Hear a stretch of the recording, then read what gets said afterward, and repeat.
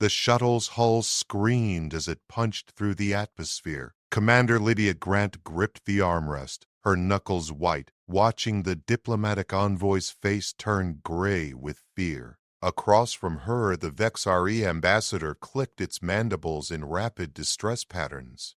"You cannot allow this union," the ambassador hissed. "Your species does not understand what you are agreeing to." Lydia didn't respond. She'd said everything already. 3 months of arguing with Earth's High Council, 3 months of filing protests, 3 months of being ignored. Now the marriage ceremony was 12 hours away, and nobody cared what she thought. The shuttle jerked hard right. Alarms shrieked through the cabin. "Hostile contact!" the pilot shouted. Unidentified fighters closing fast. Lydia lunged for the comm panel. "This is a diplomatic vessel under Earth-Kelter treaty protection. Break off immediately." Plasma fire raked across their shields. The shuttle spun, throwing her against the bulkhead. Blood filled her mouth. "They're Keltar ships," the pilot yelled. "They're trying to kill us." The Keltar, the species humanity was supposed to trust. The species whose princess was arriving today to marry Earth's appointed representative in a union that would seal their alliance. An alliance Lydia knew was poison wrapped in promises. Another hit. Shields at 40%. The ambassador grabbed Lydia's shoulder with 3 of its 6 arms. "I told your leaders the truth. The Keltar do not marry for peace. They marry to conquer. But your council was too desperate for their technology to listen." "I listened," Lydia spat. She yanked herself to the weapons console. "I screamed it at them." The shuttle bucked again. 30% shields. "Override lockouts," she commanded, fingers flying across controls. Edmire researching Grant, 7 Delta 9. "Commander, we're a diplomatic shuttle," the pilot protested. "We have no weapons. We have maneuvering thrusters and a cargo bay full of fuel cells." Lydia's smile was sharp and cold. "Get me a firing solution." The pilot understood instantly. His hands blurred across his controls. 2 Kelter fighters closed in for the kill. Elegant ships, beautiful and deadly, painted in the royal purple of the princess they were supposedly protecting. "They're protecting something," Lydia muttered. "But not her. Love." She punched the release. Fuel cells tumbled into space, spinning directly into the fighter's path. The pilot fired maneuvering thrusters at maximum burn. The explosion turned the sky white. The shuttle's shields failed completely. Hull plates shrieked, but they were through. Dropping toward the landing pad where Earth's delegation waited, where the Keltar princess's ship was already descending, where everything Lydia feared was about to become real. "Get me down there," she ordered. "Whatever happens next, I'm going to see her face when she arrives." The ambassador's mandibles clicked softly. "Then you will see the truth." Just as I promised. The shuttle hit the pad hard. 5 name. She opposed the marriage until the alien princess froze when she saw the human.txt. The landing pad erupted in chaos. Security teams swarmed the shuttle before the engines fully cooled. Lydia kicked the hatch open and dropped to the ground, ignoring the medic rushing toward her bleeding face. "Stand down, Commander Grant." General Paul Hendricks blocked her path, his expression carved from stone. "You just fired on Kelter vessels." "They fired first." Lydia pushed past him. "Check the flight recorder." "I don't care who fired first." Hendricks grabbed her arm. "The princess arrives in 4 minutes. You will not jeopardize this alliance with your paranoid conspiracy theories." Lydia jerked free. Blood dripped from her chin onto her uniform. "They're not theories. The Vexari gave us documentation. Keltar marriages aren't treaties. They're annexations. Every species they've married into is now extinct or enslaved. The Vexari are our enemies." Hendricks stepped closer, lowering his voice. "They've been feeding you lies to break our alliance. Then why did Keltar ships just try to kill their own ambassador?" Hendricks had no answer for that. His jaw tightened. A roar filled the air. The Keltar royal vessel descended, massive and gleaming, its hull covered in crystalline structures that bent light into impossible colors. The crowd of Earth diplomats below began applauding. Cameras flashed. Media drones circled like vultures. At the center of it all stood Nathan Cross, Earth's chosen husband, 28 years old, brilliant xenobiologist, perfect public speaker, handsome enough for the cameras, smart enough to handle diplomatic pressure, the ideal candidate for humanity's first interspecies political marriage. He looked terrified. Lydia ran. Security shouted behind her, but she was faster, angrier, more desperate. She hit the crowd and shoved through diplomats in expensive suits who'd sold Earth's future for Keltar technology. The royal vessel's ramp extended with a hiss of pressurized air. She reached Nathan just as the princess emerged. Princess Sarazine of the Keltar descended like a vision from humanity's oldest myths. Tall, impossibly graceful, her skin shifting between silver and pale blue. 4 arms moved in synchronized patterns that spoke of royalty and power. Her eyes were vast pools of liquid gold. She saw Nathan and froze. Not the diplomatic pause of a dignitary greeting her future husband, not the careful hesitation of royalty maintaining composure. So why? She stopped moving entirely. Her golden eyes went wide, her forearms locked in place. Her skin flickered rapidly between colors, silver to blue to white to colors that had no human names. The crowd fell silent. Nathan took a step forward, confused. "Your Highness, I'm honored to meet you. I'm Nathan Cross, and Human." The word came from Sarazine's throat like a prayer and a curse combined. "You are human." "Yes?" Nathan glanced at the Earth delegation, lost. "That's why we're here. The marriage alliance between our species." Sarazine's legs buckled. She caught herself on the ramp, all 4 hands gripping metal. Her entire body shook. "No."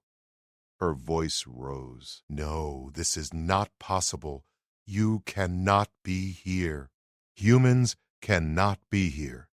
Lydia's blood turned to ice. She'd expected deception, expected manipulation, expected conquest. She hadn't expected raw, absolute terror.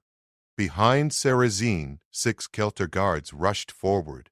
They saw Nathan and stopped the same way their princess had stopped. One of them made a sound like breaking glass. "What did you do?"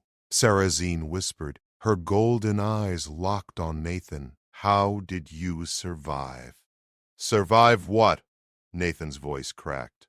"I don't understand." Sarazine pulled herself upright through visible effort. Her skin had gone bone white. "My people told me you were primitive, newly spacefaring, harmless." Each word came harder than the last. "They did not tell me you were human." Hendricks stepped forward, hand on his sidearm. "Princess, what is the meaning of this?" Sarazine ignored him. Her entire focus remained on Nathan, studying him like he was a bomb that might detonate. "Show me your hand." "What? Your hand?" "Show me." Nathan slowly raised his right hand. Sarazine stared at his 5 fingers, at his thumb, at the way his joints bent. She made a sound that might have been a sob. "It's true," she breathed. "The records were not legend. You really came back." Lydia's instincts screamed. She moved between Nathan and the princess. Back from where? Sarazine's golden eyes finally shifted to her. Recognition flickered across the alien's face. "You are the one who opposed this marriage. Yes, you were right to oppose it." Sarazine straightened fully, her royal composure returning like armor, "but not for the reasons you believed." She turned to face the entire Earth delegation. When she spoke, her voice carried across the landing pad. "I cannot marry this human. I cannot form an alliance with this species, and if my people knew the truth about what you really are, they would not have sent me to meet you." She paused. "They would have sent an execution fleet." Asterisk. Field name Ab. She opposed the marriage until the alien princess froze when she saw the human.txt. The silence shattered. Earth's delegation exploded into shouting. Hendricks drew his weapon. Keltar guards raised energy shields that hummed with lethal promise. Camera drones swarmed closer, broadcasting everything to 1 billion viewers across human space. Lydia didn't move.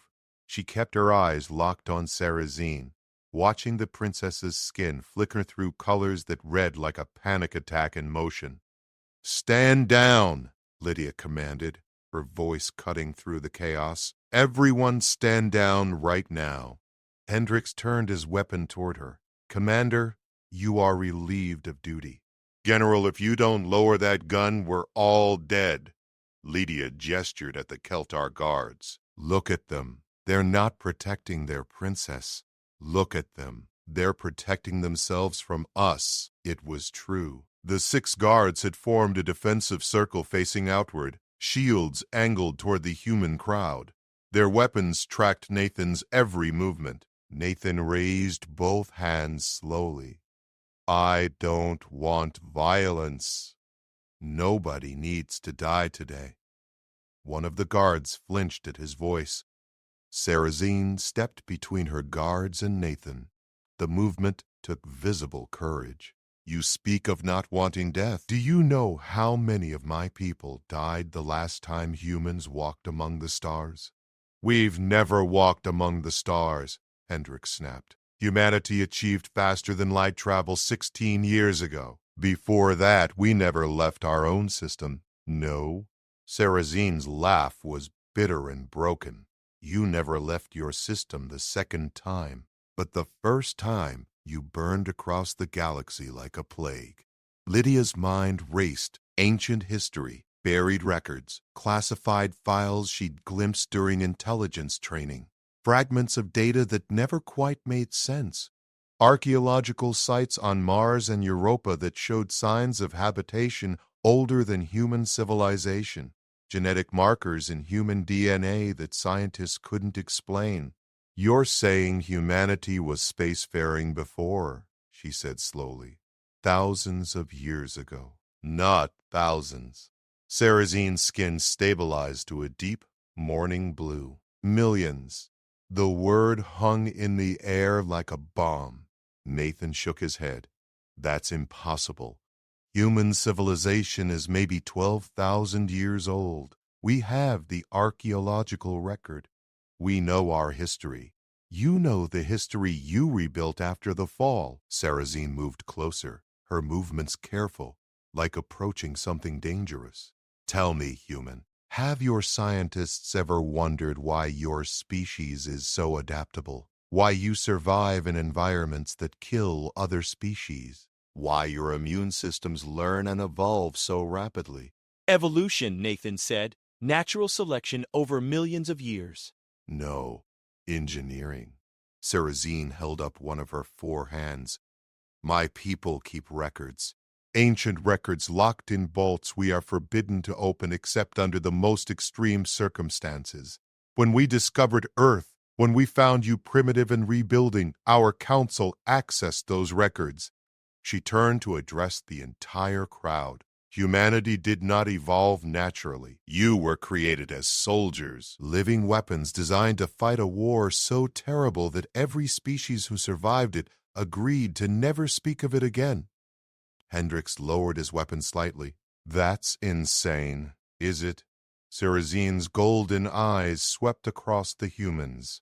"Your bodies heal from injuries that would kill most species. Your minds adapt to trauma and stress in ways that defy biology. You reproduce quickly, learn faster, and refuse to surrender even when defeat is certain. These are not natural traits. They are design features." Lydia felt something cold crawl down her spine. Every military assessment she'd ever read about human soldiers, the way humans could function on minimal sleep during combat, the psychological resilience that let them keep fighting long after rational species would have surrendered, the stubborn, relentless refusal to accept defeat. "Who created us?" she asked quietly. "We do not know. The records only tell us that humans were unleashed against an enemy called the Architects, that the war consumed half the galaxy, that humans won at a cost measured in dead worlds and shattered civilizations." Sarazine's voice dropped, and that after the war ended, the surviving species agreed that humanity was too dangerous to exist. Nathan's face had gone pale. "They tried to exterminate us." "No. Worse?"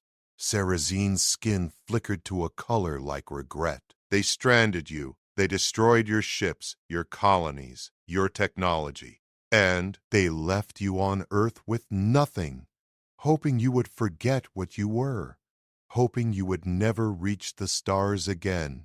She looked at Nathan with something that might have been pity.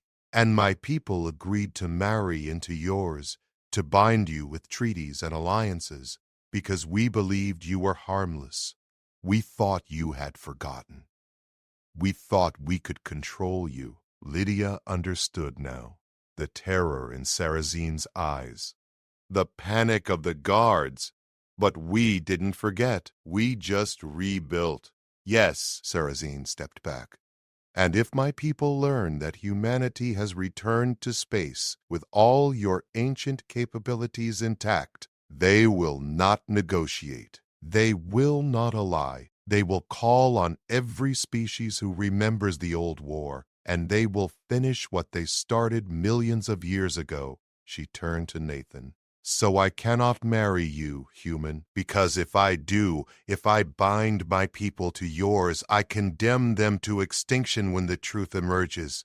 Nathan met her gaze. "What if we're not what you fear? What if we've changed?" "Then prove it," Sarazine whispered, "before the rest of the galaxy decides to exterminate you again." Starlight name. She opposed the marriage until the alien princess froze when she saw the human .tx, the Vexari ambassador, push through the crowd, its mandibles clicking in what Lydia had learned to recognize as vindication. "Now you understand. The Kelter came not to ally with you, but to study you, to determine if humanity had truly forgotten its past." Sarazine's guards shifted, weapons tracking the Vexari. The ambassador ignored them. "The Vexari remember too," it continued. "We remember when human warships appeared at our borders. We remember the ultimatum your ancestors gave us: submit or burn. We chose submission. We survived." Hendricks grabbed his comm unit. "I'm calling Earth Command.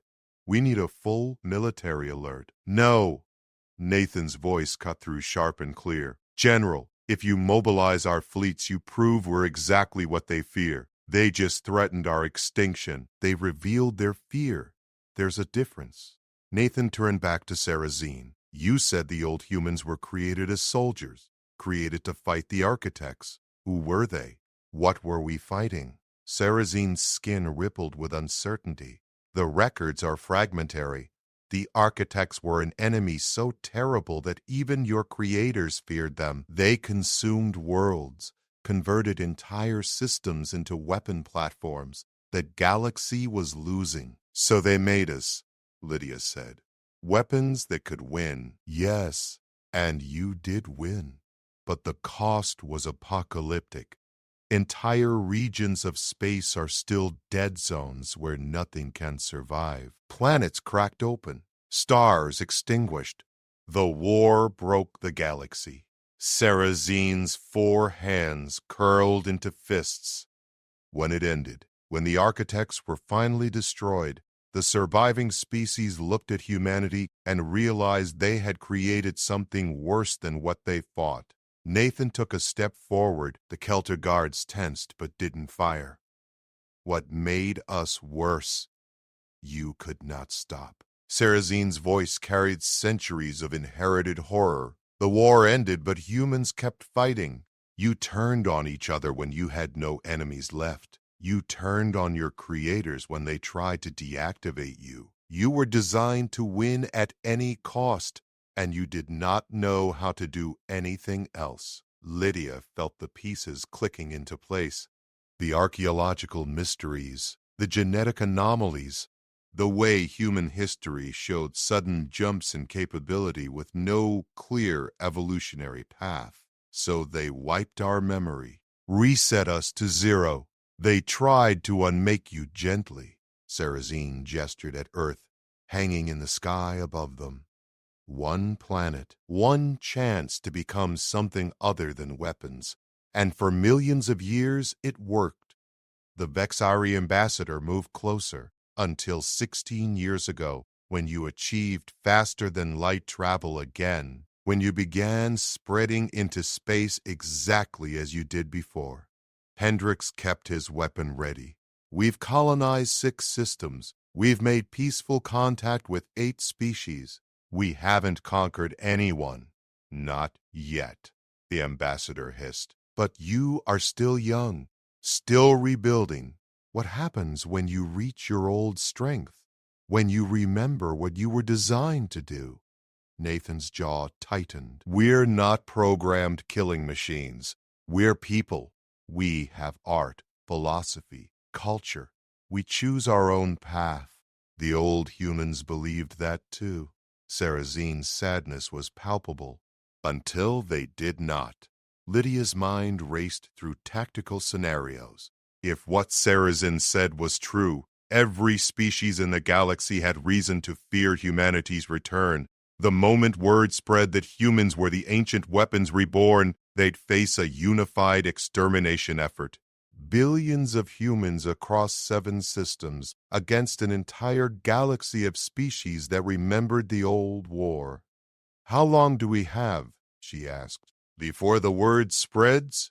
Sarrazin met her eyes. My ship transmitted its findings the moment I recognized what you were. My people's council will have the data within hours. After that, how they respond depends on how threatened they feel. And the marriage? Nathan asked. Was it really meant to be an alliance? No. Sarrazin's admission came quietly. It was meant to be a cage. Bind you with treaties. Integrate our observers into your government. Monitor your development. Keep you contained until we decided if you were safe. Or until you decided to eliminate us, Lydia said flatly. Yes. Hendricks raised his calm again. Then we prepare for war. General, wait. Nathan held up a hand. Princess Sarrazin, you said we need to prove we've changed. How? What would convince your people we're not the monsters from your history?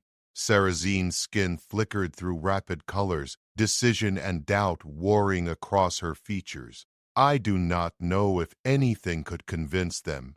The fear runs too deep, but there must be something. Nathan's voice carried desperate hope. Some test, some proof, some action we could take. One of the Kelter guards stepped forward, speaking for the first time. Its voice was rough, uncertain. The architects. Sarrazin spun toward the guard. Kassath, do not speak of this. They deserve to know, Princess. The guard named Kassath lowered its weapon. If we are deciding their fate, they deserve the truth. What about the architects? Lydia demanded. Kassath looked at Sarrazin, who finally nodded permission. The architects were not destroyed, Kassath said. They were contained. Sealed away in dead space at the galaxy's edge. The seals have held for millions of years. Nathan's face went white. Have held, past tense. The seals are failing. Sarrazin's voice dropped to barely a whisper. We detected the first breaches 3 years ago. Small ones, easily repaired. But the containment is degrading. And when it fails completely, the architects will return. The landing pad had gone silent. Every human, every Keltar, every camera drone focused on the princess. The galaxy faces the same threat that birthed humanity. Sarrazin continued, and my people must choose. Do we face it alone, fearing the weapons we once created, or do we risk unleashing humanity again, hoping you have changed, praying you will not turn on us when the architects are dead? She looked at Nathan. That is the test, human. Help us fight what you were created to destroy, and this time prove you can stop when the war is over. Asterisk, Fiel name. She opposed the marriage until the alien princess froze when she saw the human.tx. Lydia broke the silence first. You want us to fight your war. Prove we're useful before you decide whether to exterminate us. No. Sarrazin's skin shifted to a color like iron. I want you to fight our war, prove you have changed, and earn the right to exist. There is a difference. Hendrik stepped forward, his weapon finally holstered. How bad are the breaches? How long before the containment fails completely? Kassith pulled up a holographic display from his armor. Red markers pulsed across a star map showing the galaxy's edge. 17 major breaches in the last year, 43 minor ones. The containment grid was designed to last forever. Our analysts estimate complete failure in 18 months. What happens when it fails? Nathan asked. The hologram shifted, showing archived footage. Worlds consumed by black mechanical masses that spread like cancer. Stars dimming as structures wrapped around them, harvesting their energy. Ships dissolving into component atoms against weapons that rewrote physics. The architects do not conquer, Sarrazin explained. They convert. Every resource becomes part of their machine collective. Every world becomes a factory. They expand exponentially until nothing organic remains. Lydia studied the footage with a tactician's eye. You fought them before and lost. That's why you created us. We did not create you. Your creators were a coalition of elder species, long extinct now. They designed you in desperation, without fully understanding what they were making. Sarrazin's 4 hands moved in patterns of regret. By the time you won the war, most of them were dead. Killed by architects, killed by collateral damage, or killed by humans who no longer distinguished between enemy and ally. The Vexari ambassador clicked its mandibles. The humans of old fought with a ferocity that terrified even those who deployed them. You accepted casualties that would break other species. You developed tactics so ruthless that the architects themselves began to retreat. And then we couldn't stop, Nathan said quietly. We were too good at it. Yes. Sarrazin moved closer to him, her fear visibly overridden by necessity, which brings us to now. The architects return. The galaxy species have grown soft in the millions of years of peace. Our militaries are ceremonial. Our weapons are outdated. Our soldiers have never seen real war. But humans have, Lydia said. We've been fighting each other for our entire recorded history. Exactly.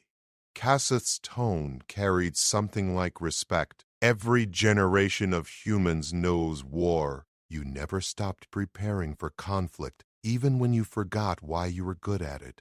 Your entire species is a weapon waiting to be aimed. Hendricks crossed his arms.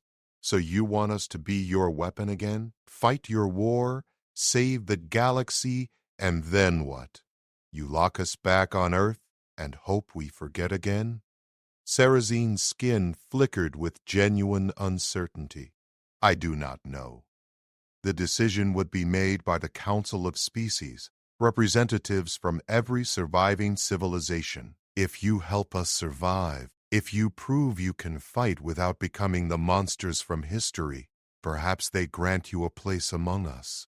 And if we refuse, Lydia asked, then the council debates whether to exterminate you before the architects arrive, eliminating one threat while we still can. Sarrazin's honesty was brutal. Or they leave you alone and hope both you and the architects destroy each other, solving 2 problems simultaneously. Nathan laughed. the sound harsh and bitter. Those are our options? Fight and maybe live, or refuse and definitely die? Yes. The crowd of Earth diplomats had been silent throughout, but now they erupted. Voices overlapped, demanding answers, calling for military response, shouting for immediate evacuation. The careful political theater of the marriage ceremony had shattered into raw survival instinct. Lydia grabbed Nathan's arm. "We need to talk. Privately. Now." She pulled him away from the chaos, away from the cameras and diplomats and alien guards, found a corner of the landing pad where they could speak without being overheard. "This is insane," Nathan said. "They want us to fight a war against an enemy that nearly destroyed the galaxy using abilities we don't remember having, to prove we're not monsters. And if we succeed, they might let us live. It's worse than that." Lydia kept her voice low. "Think about what they're not saying. If we fight the architects, we'll have to become what we were. We'll have to unlock whatever made ancient humans so terrifying. And once we do that, once we remember how to be living weapons, can we ever go back?" Nathan's face showed he'd already considered that. "Maybe we can't. Maybe the old humans were right. Maybe once you know how to be a monster, you can't unlearn it. Or maybe we're different because we chose to be." Lydia glanced back at Sarrazin, still surrounded by nervous guards and angry diplomats. The old humans were created as weapons. They never had a choice. We did. We built civilization, art, philosophy. We chose peace when we could have chosen war. We also had world wars, genocides, and nuclear weapons. And we survived them. We learned from them. Lydia's grip on his arm tightened. "Nathan, I opposed this marriage because I thought the Kelter were manipulating us. I was right, but not in the way I thought. Now we have a different choice. Let the galaxy burn, or risk becoming what they fear to save it." Nathan looked at her with exhausted eyes. "What do you think we should do?" "I think we're already weapons. We've always been weapons. The only question is what we aim ourselves at." She turned toward the crowd. "And I'd rather aim at the things trying to extinguish all life than at species who are just trying to survive. Even if they were ready to exterminate us, they haven't yet. That counts for something." Lydia started walking back. "Come on. Let's go make the worst decision in human history and hope it works out better than the last time." Film name Adam She opposed the marriage until the alien princess froze when she saw the human. TXT. They returned to find Hendrix in heated argument with 3 Earth Council members who had arrived via emergency shuttle. The general saw Lydia and Nathan approaching and cut through the debate. "Commander Grant, Mr. Cross, the Council is ordering immediate withdrawal of all diplomatic personnel and military mobilization across all human systems." "No," Nathan said simply. Council member Victoria Price turned on him, her face flushed with anger. "You don't get a vote, Cross. You were here to be a ceremonial husband. This situation is far beyond your authority." "Then I'll speak beyond my authority." Nathan walked past her toward Sarrazin. "Princess, you said the Council of Species will decide humanity's fate. I want to address them directly." Sarrazin's skin rippled with surprise. "That is unprecedented. No species has ever requested an audience before being summoned." "Then we'll be memorable." Nathan's voice carried across the landing pad, strong and clear. "You came here expecting to bind us with a marriage. Instead, you found something that terrifies you. But fear makes bad decisions. Let me speak to your council. Let humanity make its case before you decide whether we live or die." Kaseth moved beside Sarrazin, speaking quietly but urgently in the Keltar language. The princess listened, her golden eyes never leaving Nathan's face. "The guard believes you should be heard," she finally said. He argues that if ancient humans were truly mindless weapons, they would not ask for diplomacy. They would simply attack. We're not mindless, Lydia added, and we're not attacking. We're offering to help. Price grabbed Lydia's shoulder. Commander, you are not authorized to make military commitments on behalf of Earth. Then authorize me. Lydia pulled free, or find someone better qualified to negotiate humanity's survival. I'll wait. The silence that followed spoke volumes. Oh, wait. Hendricks stepped forward. Council Member Price, with respect, the military situation is clear. If hostile forces are coming and the galaxy wants us dead anyway, we have nothing to lose by fighting. At least this way we control who our enemies are. The general is correct. The Vexari ambassador moved into view, its mandibles clicking thoughtfully. Humanity faces extinction regardless. Fighting the architects at least offers purpose to your death, perhaps even glory. We're not planning to die, Nathan said sharply. We're planning to win. The ambassador's mandibles stilled. Such confidence. The old humans spoke the same way. And they won their war. Yes. Then they drowned the galaxy in blood afterward. The Vexari circled Nathan slowly.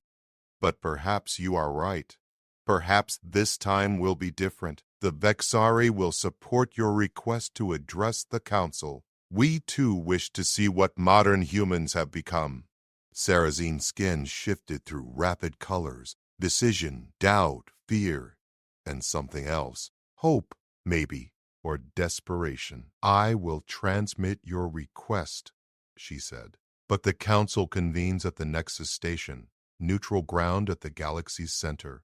The journey takes 3 weeks, even at maximum faster than light speed. Then we leave immediately. Nathan turned to Hendricks. General, we'll need a ship. Something that makes a statement. The Valiant, Hendricks said without hesitation. Newest heavy cruiser in the fleet. Just finished trials last month. Price started to object, but the general cut her off. Ma'am, if we're betting humanity's future on this, we bet big. The Valiant carries a crew of 400, full defensive systems, and enough firepower to make anyone think twice about starting trouble. We're trying to prove we're not monsters, Price hissed. And you want to arrive in a warship? I want to arrive alive. Hendricks pulled up his comm and respected. The galaxy needs to see that humans can build, can innovate, can defend ourselves. Showing up in a cargo hauler sends the wrong message. Lydia considered the tactical implications. He's right. We arrive in strength, or we arrive as victims. I know which one I'd respect more. Nathan looked at Sarazin. Will your people allow a human warship to approach the Nexus? If I escort you personally, yes. My status as royal family grants safe passage even in these circumstances. Her skin settled into determined silver. But I must warn you, the Council of Species includes representatives from 47 civilizations, many of them lost worlds to ancient humans. They will not be sympathetic. We're not asking for sympathy. Nathan's voice hardened. We're offering a solution to their architect problem. They can accept our help and maybe we all survive, or they can reject it and definitely we all die. Those are the real options.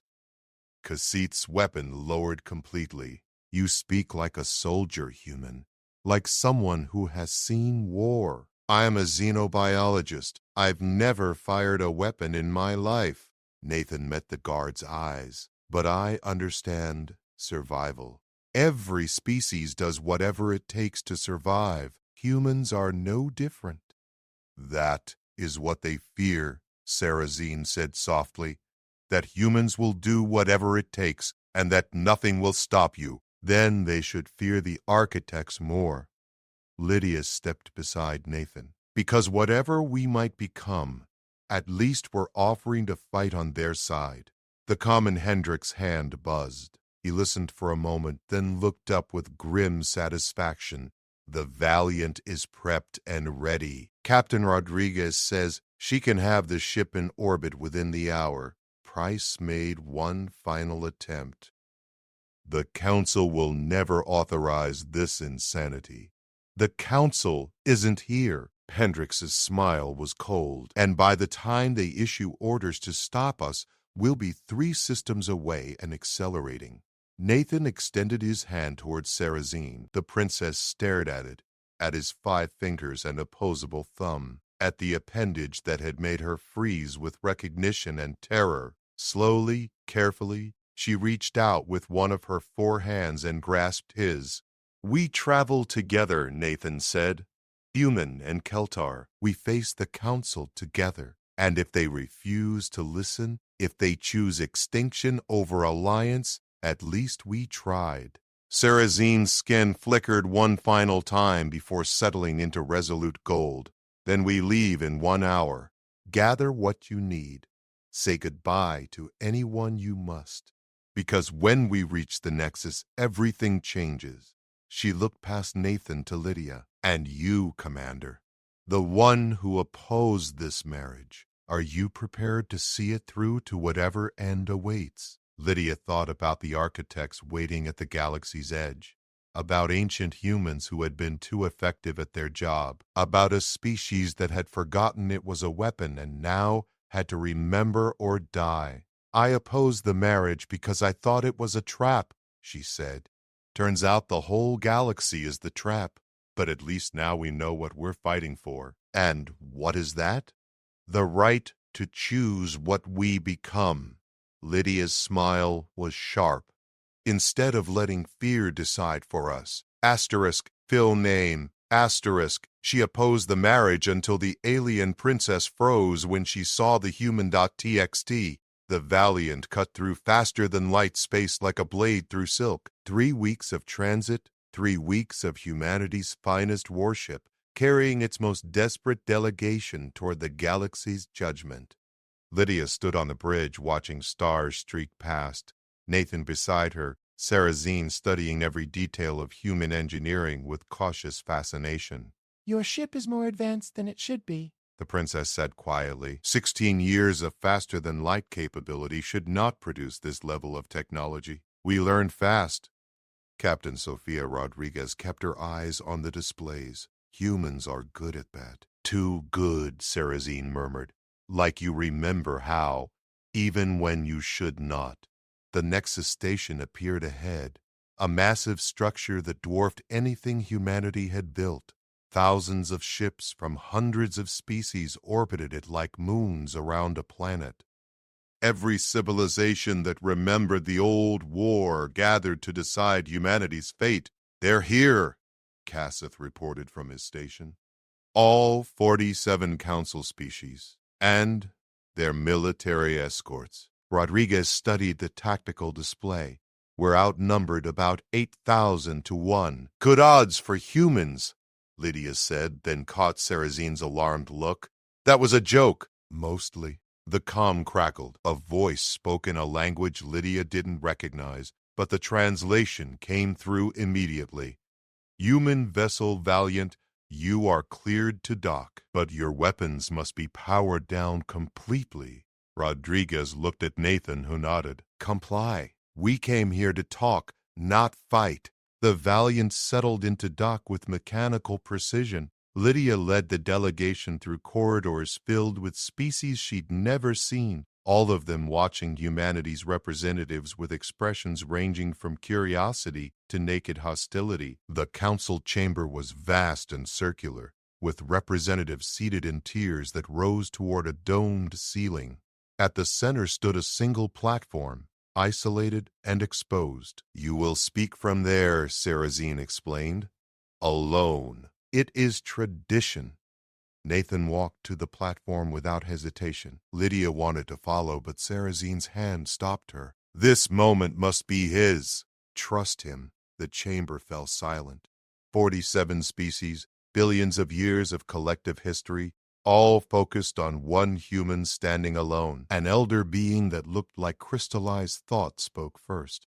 Nathan Cross of Earth, you stand accused of being human. How do you answer? Guilty. Nathan's voice carried clearly. I am human. We all are.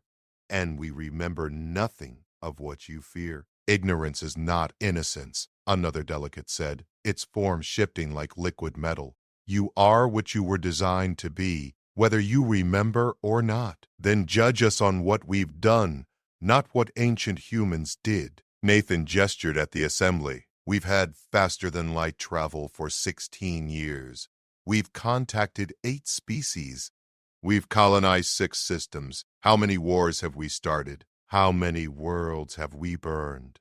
None yet, the crystalline being admitted. But time reveals nature. The old humans seemed peaceful too, at first. The old humans were created as weapons and treated as tools. Nathan's voice hardened. We created ourselves. We chose what to become. That makes us different. Does it? A reptilian delegate leaned forward. Or does it simply mean you have not yet faced circumstances that reveal your true nature? Then let us prove it. Nathan pulled up the holographic data Cassith had shared. The architects are returning. Your containment is failing. You need warriors, and we are warriors. Let us fight your war. Watch how we handle victory. Judge us by our actions, not our ancestry. The chamber erupted in debate. Species arguing in dozens of languages, translation systems struggling to keep pace, fear and hope and pragmatism all colliding. The crystalline being raised a limb for silence. Even if we accept your offer, what guarantee do we have? What stops you from turning on us when the architects fall? Nathan was quiet for a long moment. When he spoke, his voice was soft but certain. Nothing stops us. That's the point. We could become monsters. We could become exactly what you fear. But we're choosing not to. Every single day we choose to be better than our design, and we'll keep choosing it as long as we exist. He looked around the chamber. You can exterminate us now and face the architects alone. You can lock us away and hope we never become a threat. Or you can take the risk that humans have changed, that we've learned that we're more than weapons. That choice is yours. But make it fast, because the architects won't wait for you to decide. Sarazine stood suddenly, her 4 hands spread wide. The Keltar endorse humanity's offer. We will fight beside them. We will watch them. And if they fail, if they become what we fear, we will be the first to stand against them. But I have seen these humans. I have watched them choose peace when war was easier. They deserve this chance. Cassith rose beside her. The Keltar military agrees. The Bexari ambassador clicked its mandibles. The Bexari remember submission to ancient humans. We prefer alliance with modern ones. We support their offer. One by one, delegates stood, some in support, some in opposition, but all engaged, all deciding. The crystalline being finally spoke. A vote will be held. But know this, humans, if you fight for us, we will be watching. Every battle, every decision, every moment. And at the war's end, we vote again on whether you have earned the right to remain among the stars. Nathan nodded. That's all we ask. The chance to prove ourselves. Then prepare for war, the being said. Because the architects breach containment in 3 months. And when they come, they will show no mercy to any of us. The vote came hours later.